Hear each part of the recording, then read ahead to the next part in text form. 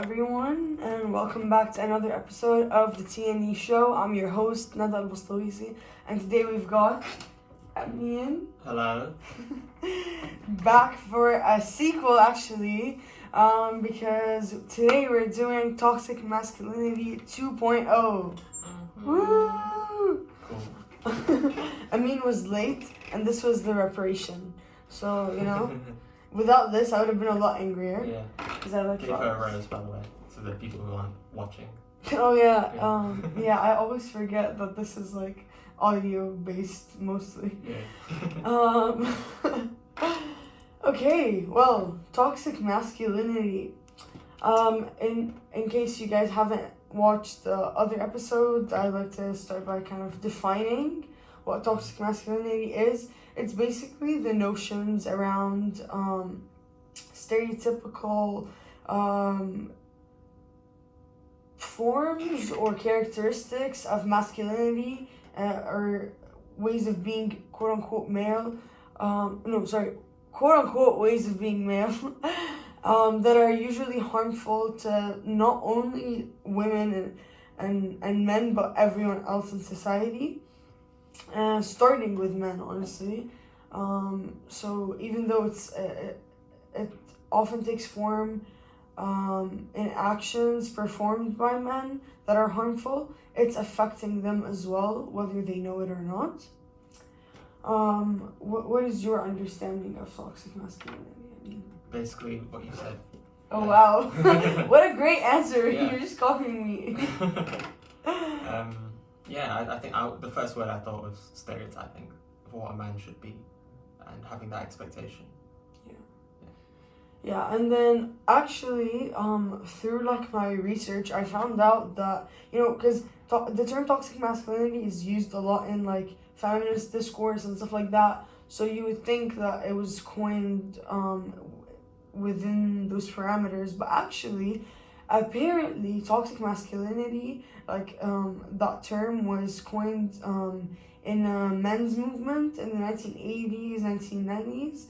And it was basically a movement that centered around performing certain like rituals and drum circles and stuff like that in order to save the protective real male from the toxic masculinity, which is the feminization of males. And it says that that feminization of males is what causes them to act violent and stuff like that.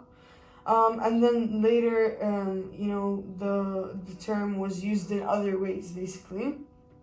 And yeah, like we said, now it's sort of not viewed as something great, and it's also not viewed as to be caused by feminization. It's rather viewed by not viewed, but it's rather taken to be attached to, like Amin said, the stereotypical characteristics that a man has to be strong and aggressive and loud and this and that, which is not helpful.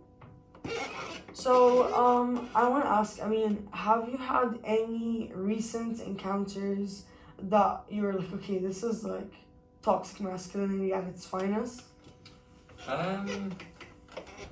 Not recently. Okay. This is a good thing. Okay. Yeah. I guess I've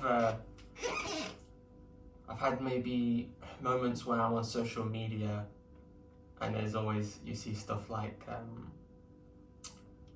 there are women who like post things about trying to make other women feel better about a man's actions. What do you mean by that? So like say like a woman's heartbroken, and then you see an Instagram post like reasons why he acted like this, and I feel a lot of these reasons sort of set an expectation for men. Sometimes I read that and I'm like, do they really expect that from me? I need so much more explanation. Okay, what are those things that are said? Because I have not seen those posts, so I'm like lost. Yeah. Okay. Let me remember.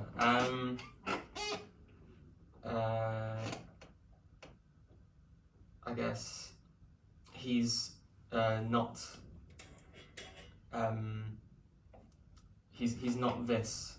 or he's like, he has his own issues to deal with. It's not your problem, and it's kind of like, find that you see stuff like, find a man who's mentally stable, you know, and you kind of look. I kind of look at those posts and I'm like, who the hell is?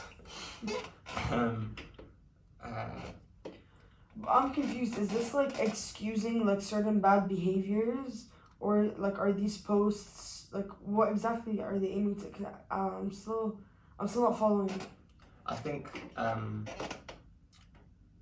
not excusing bad behavior. It's just more it's sort of expecting a man to be perfect. That's what. Okay. Okay, interesting. So you're saying like it's pushing for something that's not realistic. Is that what you're saying? I think relationships, it's important to love someone for their what you like about them and their flaws, and embrace that. I mean, for sure, but like flaw to flaw is different. You get me? Like you can't, like I can't see someone that's like violent and I'm like, oh, you know, he has such a great heart. It's just sometimes he's pissed after work and he punches me. Oh, like obviously that's not okay. That's abuse. That's violence. You know. And like, or like someone that's like toxic or emotionally manipulative, or like if you don't hang out with them like every single day, you know, they're like, oh, you don't love me, you this, you that. Like, there's a difference between like human like qualities. Like, I don't know, like, yeah, my partner is like a bit stubborn, but you know, they have a kind heart, and at the end of the day, they don't want to upset me, so we both compromise, but they have their moments. Like, like that's fine, you know. But there's some things that are not like, oh, like you gotta accept them, they're false. If you really love them, it's like, no, you're accepting like a cycle of abuse. Run. So yeah, I don't know exactly what those posts said, but that's kind of my general. Yeah, I agree. Yeah, my general idea. And there's a lot of contradicting things. I just saw a post that was like, a man doesn't love someone that he wants to change. A man changes himself to love because he loves you. And I don't know why, like I kind of feel, and then you see another post where it's like, get a man that loves himself, and you're just kind of like, what is... I mean, all of that is quite complicated and specific to like certain kinds of relationships. I mean, for me, I believe that like the only thing that will truly change someone is either like really severe life events or like them choosing to change. I mean, whether they choose to do that to be like quote unquote worthy of someone's love or whatever is their own business. But if the only thing that is changing you or making you want to be like a better member of society or a better person just for yourself is someone else, I'm like, that's a bit dodgy, because then like, what if you break up with that person? Like, are you just gonna be like, okay, screw this and like go back? But then also it's like sometimes you meet certain people that like help you reflect better on your actions and what you're doing, and like sometimes men benefit. Here's what I want to talk about. Men often benefit from their relationships with women because it's that one space where they feel like they can actually like have emotions and whatever. Yeah. And that's so horrible for both sides because number one, they don't feel like there's any other sphere in which they can like speak comfortably and have feelings and cry and be emotional and all of that. And then it's also so horrible for the women because then they're sort of doing this like free therapy that's traumatizing them because they're involved with this person. It's not like they're a mental health professional. You know the song Heart Shaped Box by Nirvana? I sing it. I think it's on we can probably get it up. It's probably on here.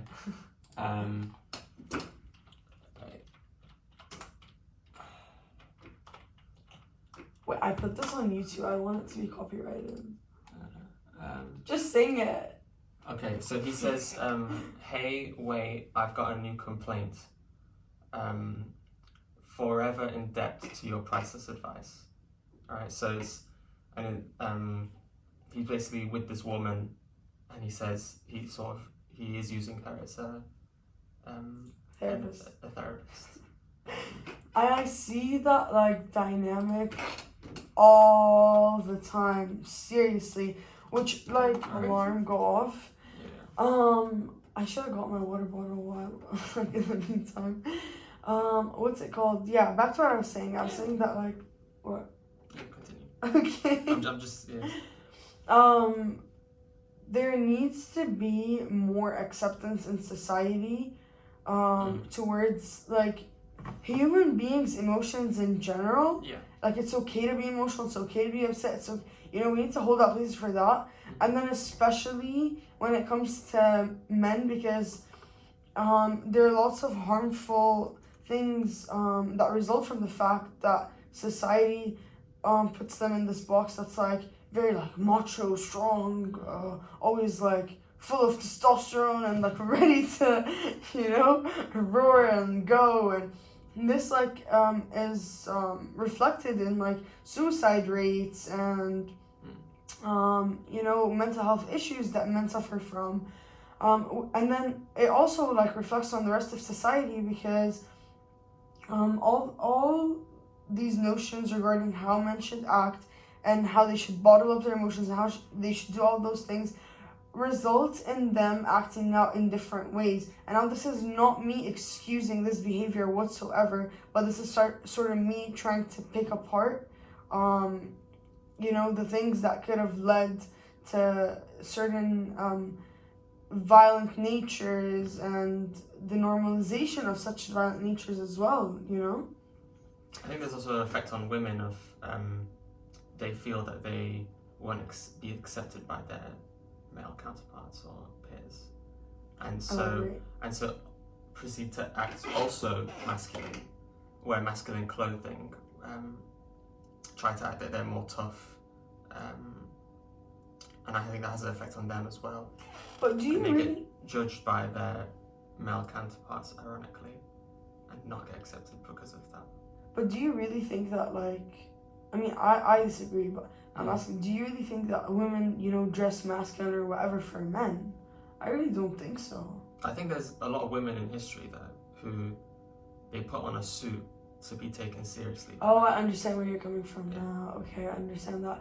Yeah, I mean, there's the whole thing of, like, if you're, like, for example, I used to be a medical student, and, like, in the medical field, it's like you're either, like, pretty or you're good at your job, like, people don't, like, I've seen examples of, like, people not taking, female surgeons seriously. I mean, I've even heard about it in my own family of, like, someone needing surgery and being like, no, never her because she's a woman, like, I'm not going to take a risk and let the woman operate on me. And meanwhile, like, this is like a a very credible and professional good surgeon, but just the fact that, like, she's a woman is enough to dismiss her as a carer.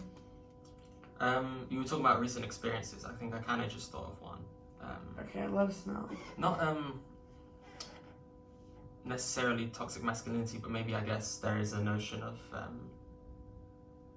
a thought before an action takes place. So like I told my friends months ago, one day I'm gonna do a proper poser Instagram post.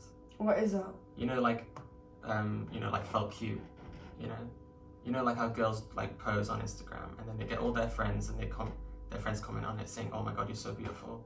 And then the reply is like, "Stop talking about yourself," Okay. So I told my friends, I'm gonna do that, and I want you to comment on it. Okay. Like, let's promote bromance. Let's Okay. promote brotherly love, Okay. right? Let's not bring each other down. So I did this Instagram post, right? Okay. And if you read the comments, now when I told my friends to do this, some of them were like, I don't know how I feel about doing that. That comes across a bit gay.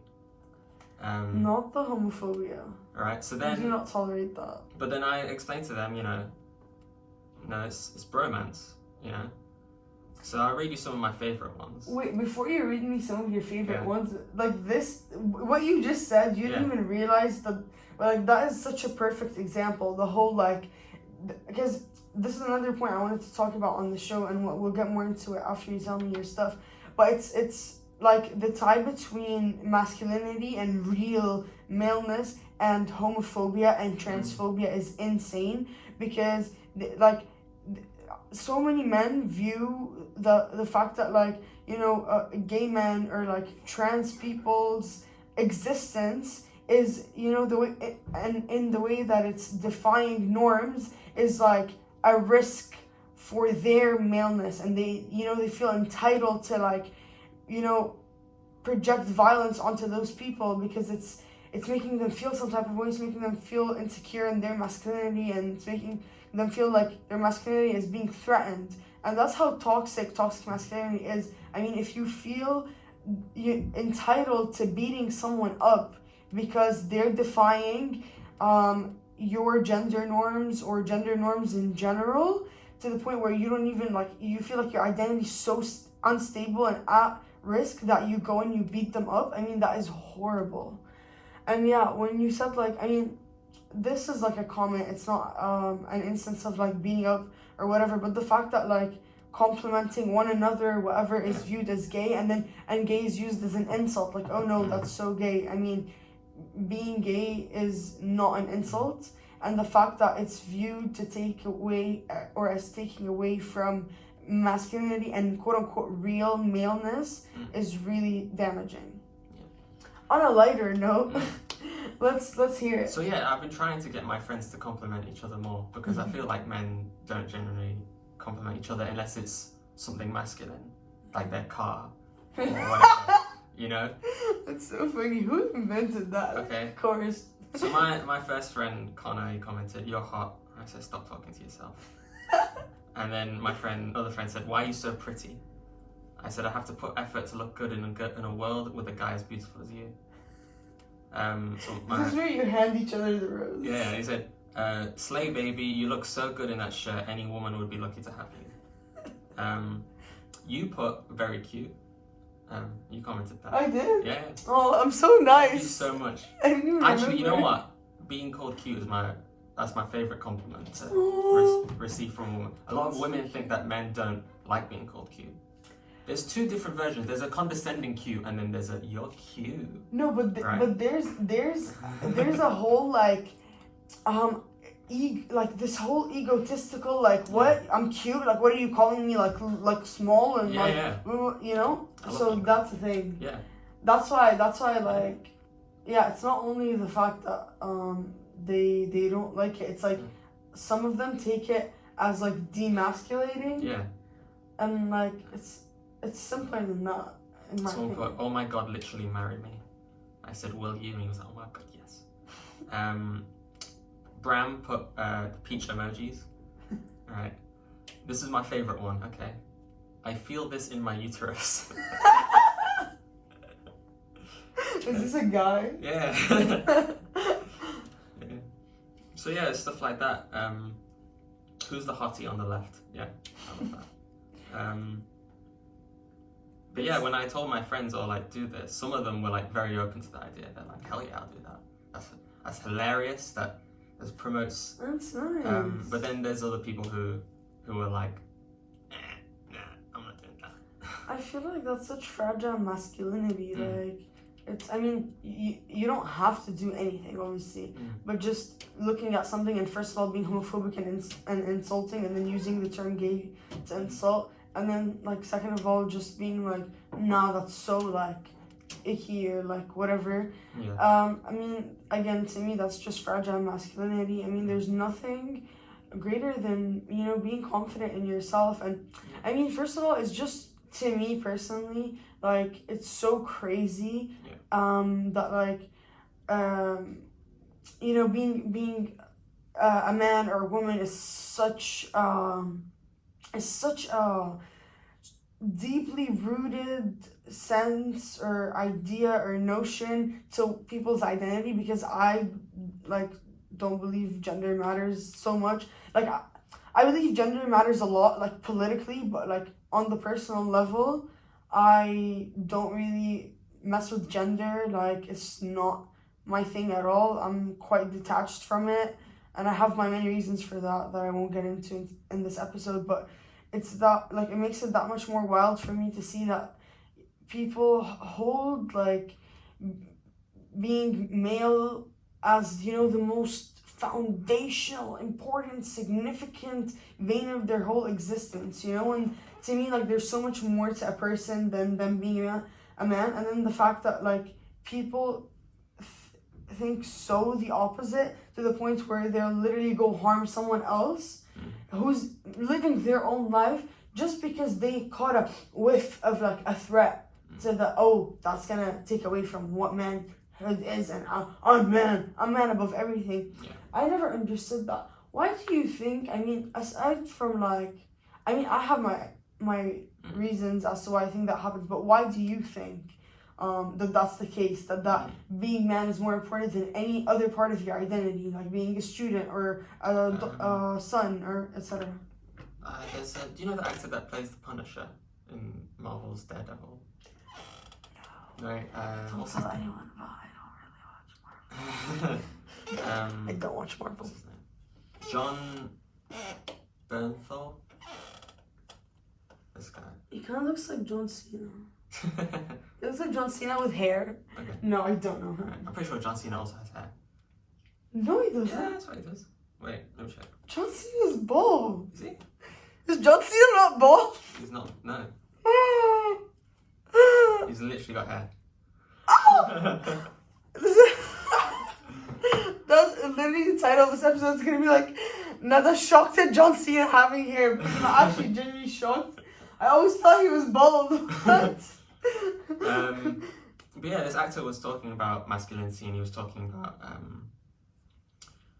a lot of these qualities are important in history. Being disciplined and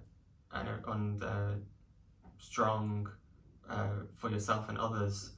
But he also makes an important case, an argument that being honest and with your emotions and expressing yourself and embracing your weak side is also important. And I think that's the sort of thing that people haven't understood in the past, because that didn't feel important. Maybe in the past, being strong is what got you a woman, it's what got you a job. I think now it's being more accepted because the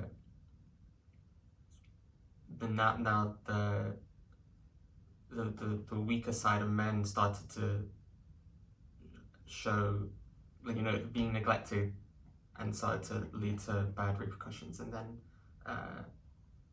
but also as well, men being honest with their emotions is bringing good things to the world. I don't know if I've expressed that well. You have, and it even brings me to the question of like, is that them being weak? I would not say so. I would say like there's like true strength in defying like society and them telling you that you're not man enough, you're not worthy enough, you're, oh, look at you, here, this is that, being insulting and condescending to someone who chose to like break away from this toxicity that society projects onto them, and they actually chose to be vulnerable. I think that's true strength, honestly. Yeah. I think it's so easy to just kind of like just be like, yeah, everything's great, you know? But to actually open up is quite difficult. I would like to rephrase that. It is difficult, obviously, to feel like you have to hold everything in. Yeah. But I think I don't think that that's a sign of strength. That's a sign of struggling to me. And then I see like opening up and stuff like that as like a sign of real strength. I recently opened up to somebody, and it didn't go well. Do you want to share? I've been having a difficult friendship with this person. Okay. And I said to them, I told them my feelings of the situation. I told them that I feel that there's tensions. I feel that there's a part of me that wants to get along with you as a friend, but I don't feel like your friend. I feel like a lesser friend. Okay. You know, when we hang out, you treat other people differently. When I hang out with my other friends, I see them get messages from you, and I'm still undelivered, you know, and get the cold shoulder sometimes. And sometimes I get appreciation, but it's not consistent, which makes me question, is it for their own benefit rather than... So then I also expressed that there's a part of me that wants to pretend that they don't exist because this has been making me feel bad. And then there's a part of me that holds on to the fun times and wants to really be close with them. And I was expecting them to say, appreciate my... Opening up Yeah. and trying to fix things. Yeah, I got... they weren't appreciative with it. They said that me opening up to them made them feel uncomfortable and it was inappropriate. And I still don't really understand. I mean, if you can't share your feelings and share how you feel respectfully with someone that like you care about and supposedly cares about you, and you know, get some sort of like, oh, I'm sorry you've been feeling that way, or oh wait, I didn't know you're feeling that way, let's talk about it. That's a concern. And also, I totally understand you on the whole, like, do I like look at this version of how I'm being treated and stuff like that, or do I remember like the great memories and everything like that? And honestly, like, I'll tell you what a friend of mine told me when I was, you know, opening up about some stuff. She was like, listen, forget this, we used to this, you guys were doing this, that, oh my god, we were so great, oh my god, we were. She's like, ask yourself, look at the now. The now, okay, this happened, great. At the time, so that was what was meant to be going on, that was fine for then. Now, look at the relationship. Are they being your friend? Are they being good to you? Or are you just being hurt, you know? It's so easy to like stay attached to like a few good memories or many good memories and say like, no, but it used to be like that, and to not let yourself let go from like that past of just, you know, great stuff, because they were great and they made you feel good and you had this whole connection. And then you looking at what the reality of things in the now are, and you're like, they don't even treat me like a friend whatsoever. So it's like I'm holding on to a version that doesn't even exist. I'm holding on to that friend from a year ago that used to do this, that, but currently that friend is not the same person, and I need to like examine that. So I don't know if that helps, but it helped me, even though it was painful to hear. But that experience really ruined my week. I'm sorry that happened. How'd you respond? I apologized to them. They said thank you for apologizing. But I'm very much, there is a part of me that still feels I didn't really do something wrong. Which is why you didn't have to apologize. So yeah, that's... I mean, if you tell someone, hey, like, I don't feel like you're treating me as this, that, and then they're like, listen, you know, we're not that close in my book, this is kind of like what I've got to offer.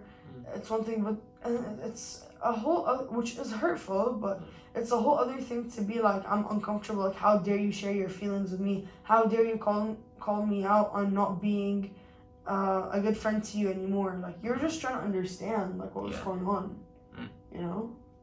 So I'm sorry you felt the need to apologize for that. I mean, I don't know the whole story and I don't know the details. See, I kept asking, can you share your perspective? So I can understand you, but they don't. So how am I supposed to know their perspective? You're not, just... Yeah, I don't know. I don't know how they feel. Uncomfortable is a broad statement. I don't know what that means. Maybe they're uncomfortable that they've been called out, and that, you know, maybe in their heart of hearts they know like this is not right, but they don't want to be called out. They're uncomfortable with like being at fault. I don't know. Yeah, so that sucked, basically. Yeah, I'm sorry that sucked, but hopefully you'll like learn to appreciate yourself more and be like, okay, if you're not being a good friend to me, well, you know, sucks to suck, bye. Can we talk about my show? Sure. Do like a little crossover. Sure. Okay. Go on. So I do the Music Players Society radio show, and I actually did a November special just after I did your show, and it was all about sharing men's mental health, and I had my friend come on and we talked about our feelings, and I asked him 20 questions. I asked him his experiences dealing with mental health, and I asked him one question. Have you ever watched Harry Potter? When I was really young. So do you know what the Patronus charm is?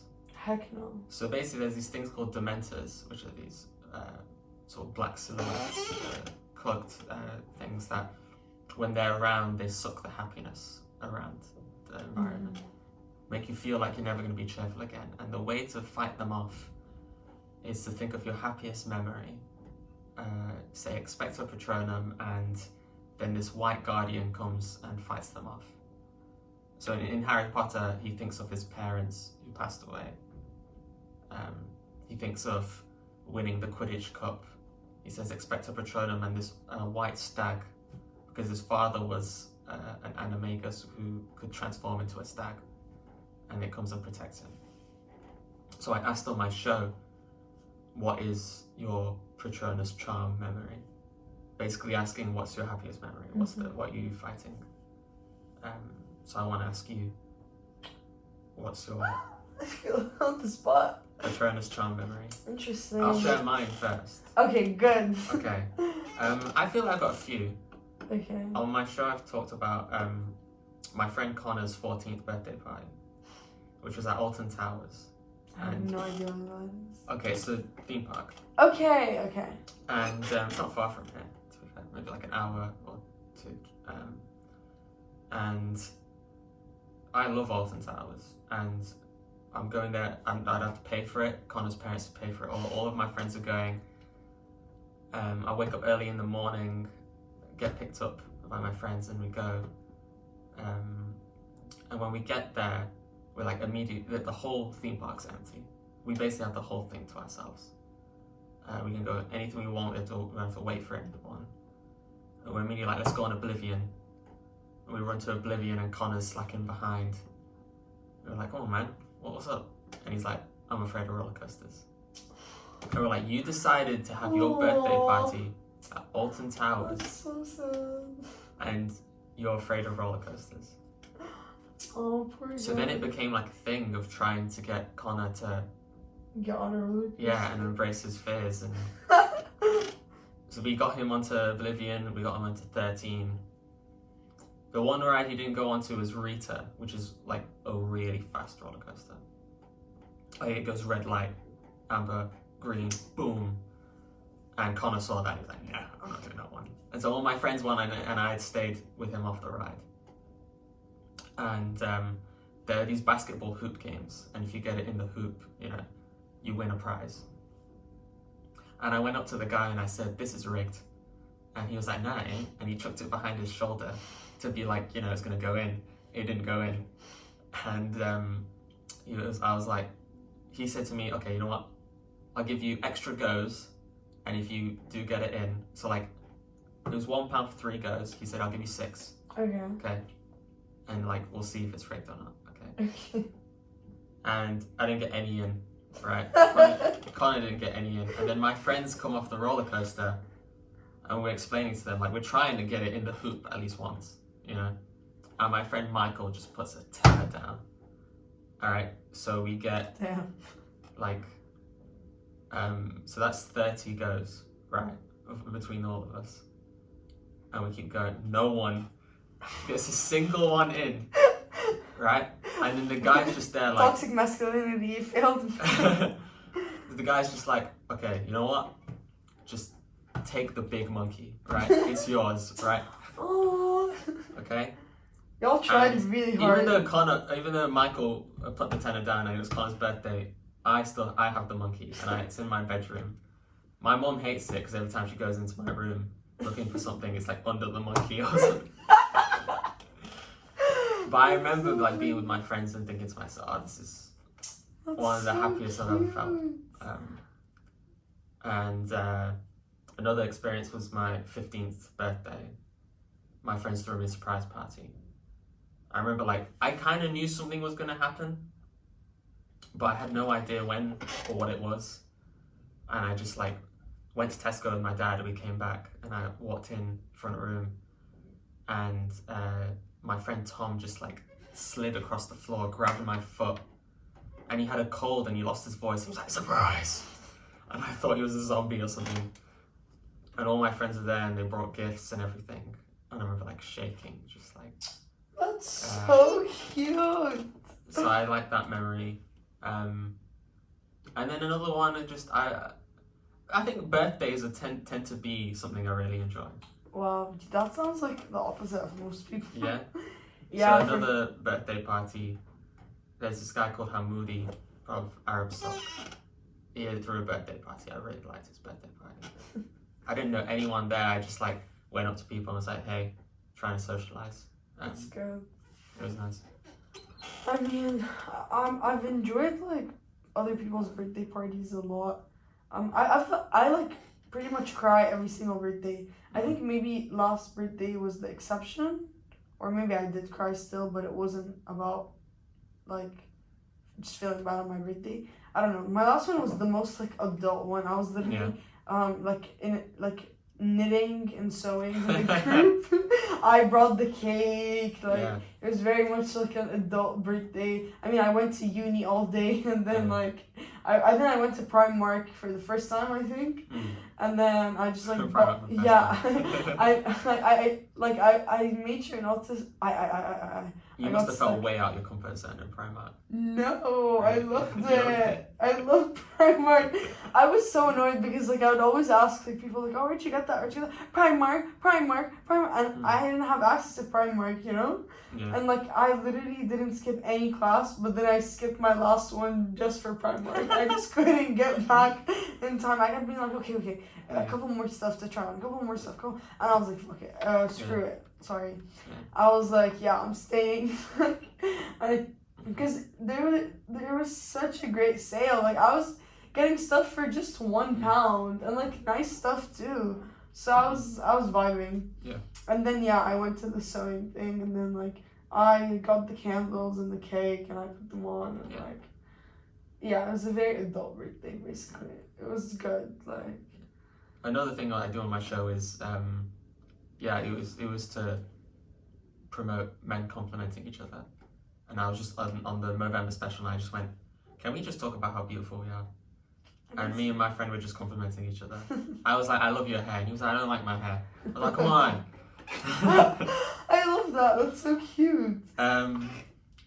Yeah, and like recently, some of my friends are posting more on Instagram. Like my friend Tom did like a post, and it said, "Felt cute," you know. And I commented, "Don't delete." You know? I never understood the whole like felt cute, might delete later. Yeah. On that note of like, you know, a more positive approach and stuff like that, I wanted to talk about, you know, the healthy things that we could do instead of sticking to like all these notions about, you know, how men should be, what they should do, how they should be forceful and you know, take up all the space in the world, because that brings on a lot of harmful things, like we said. I mean, it's hurting people in society, hurting people that embody those toxic traits themselves. It causes like high suicide rates and drug overdosing and drug-related crimes and violence. Those are all things that are tied to toxic masculinity. I wanted to talk about, you know, what we can do in order to change that. What do you think we can do to change things and to sort of combat toxic masculinity? I guess sort of just doing the things that,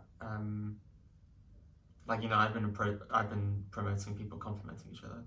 Yeah, that's a nice way to do it. So going to therapy, holding out like space for people to, you know, talk about their feelings, asking, you know, empathy, I think, is important. Definitely. And asking like, how are you, and like, well, what's really going on, not just like how are you, bro? Yeah, I'm good, bro. Everything's cool. Blah blah blah. Oh, let's play video games. Yeah. Whatever. Or let's go out. Have you ever watched the Fault in Our Stars?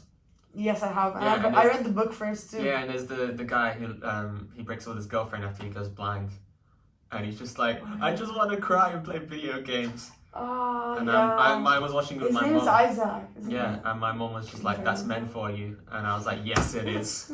That is men, and I won't let you like make fun of them. What else? We can.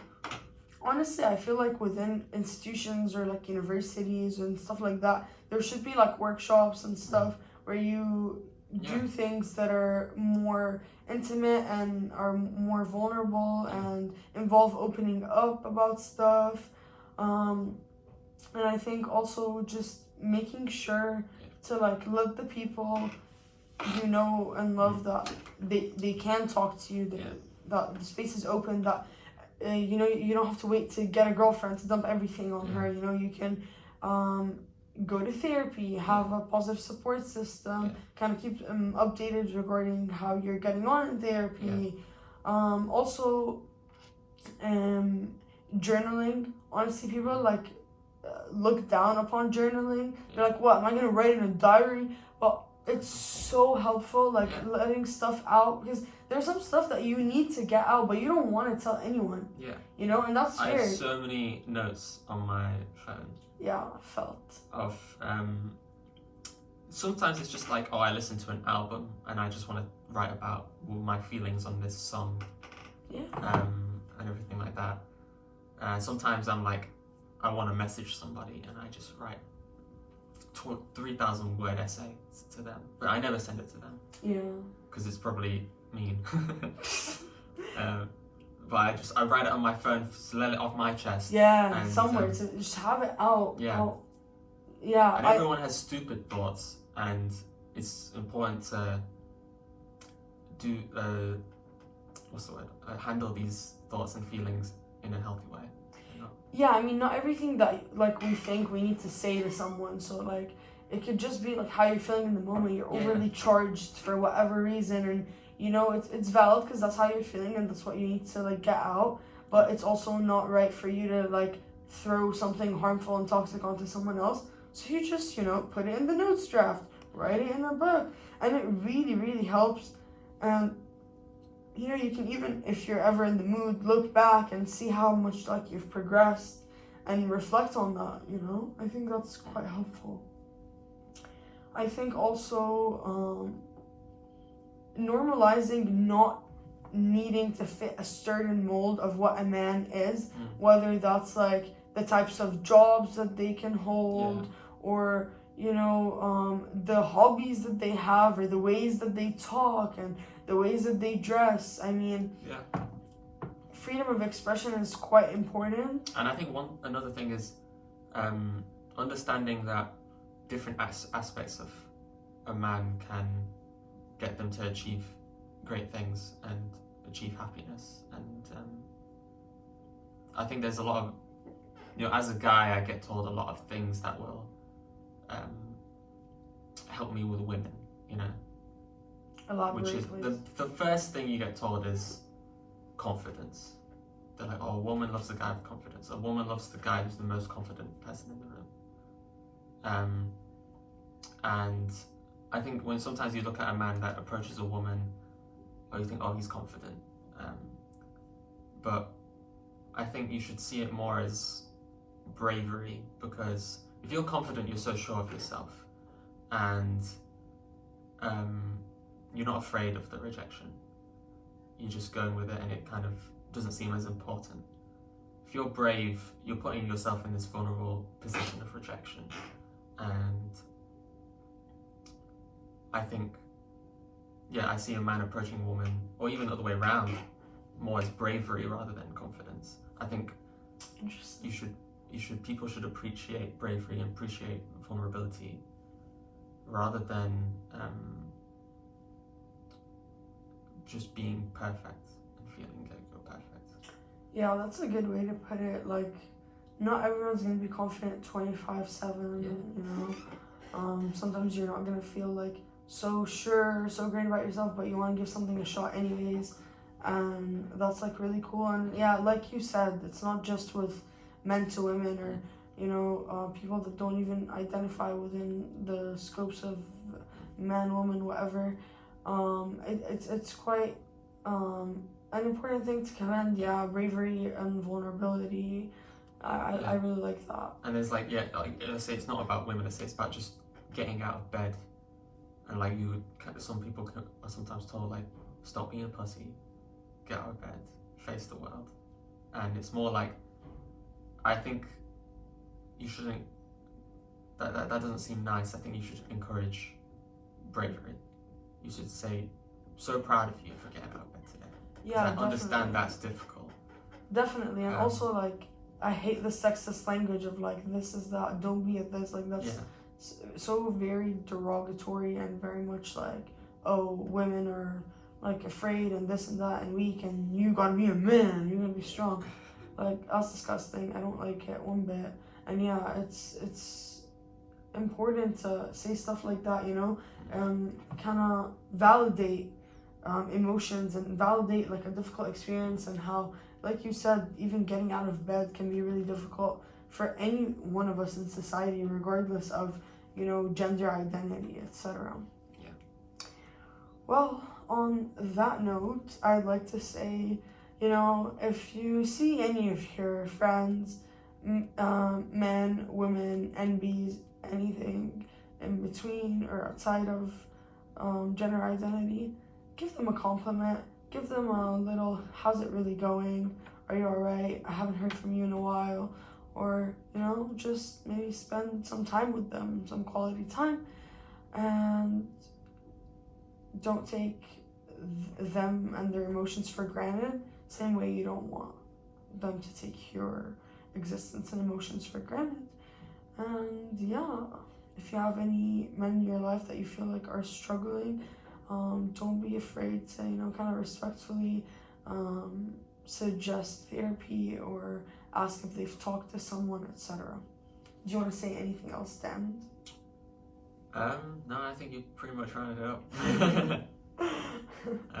Yeah. I've got a gig tonight at the Great Stones pub. I thought I should just plug it. Real quick. Yeah. Let them know what time. It's after 6 p.m. all the way to like 11, basically. Different bands will be playing. I don't know. I think I'm on at 8 o'clock. Okay. We'll find out. Good luck. And like I normally play guitar, but currently there's only this guy who sings most of the songs isn't coming, so I'm karaokeing it. Wish me luck. Good luck. Good luck. I mean, if I had time, I would have told you I could come sing. Okay, well, good luck to Amin. Thank you so much for joining us. Yeah, make sure to tune in every Tuesday from 1 to 2, or check the video out on my YouTube channel. It's Nada-Hot-Takes. Yeah, I'll see you. Bye.